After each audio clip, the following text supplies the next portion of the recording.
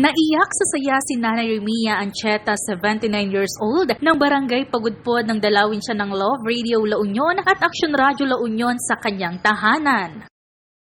Sa pamamagitan ng ating Operation Tulong Love on Wheels, hinatiran natin siya ng free massage mula sa The Spa at Reveal Facial and Skin Care. Hello, sa Love Radio po. Musta po? Naka-relax? Hello, Mami. Ano na dyan asawang nila?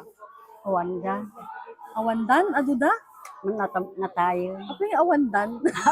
Aduda sa... Awana. Di na tayo sunanay. Digital lo nga anak. Ada pilakin ka. Da asawa dami. Ada asawa dami no. So talaga nagbukodan. So nabatik di na may sakat po yun. Sa akong Mano ti anak yun? paluda. Ayan na nagitan lo.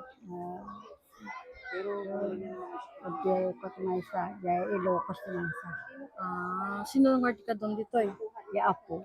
Akom. Anak ya anak. So nga dya apom latan ti kadwamon. Buhay. Apay nga daking ka dya apom? Kaya nanti ko amot. May to. Ang giganda jay, dada jay Bisaya iti. Nagawid, may to. Oh. Ano tawon dya apomon? Trentano. 30. At least kaya na ang maalagaan. Ayong bubunute. No kwa, daldalawon na kamot. Buhay. Makatultulong damit ka. Buhay, mang tanda mo ka. No, dati... Kuwan gatan ko kape ko na. Ni nanay. Free sanitation and disinfection package hatid ng Love Radio La Union. Pa din. Hindi lang lamok yan, lahat ng klase ng germs.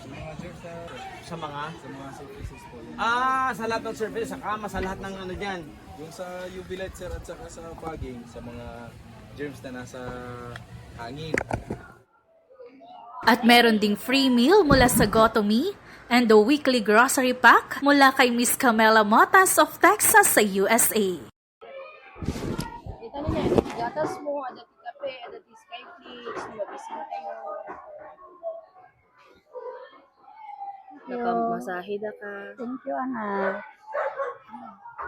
Ito parang naiyak pa ako. Love on Wheels, happiness at home. Okay. Thank you, Baka, anak.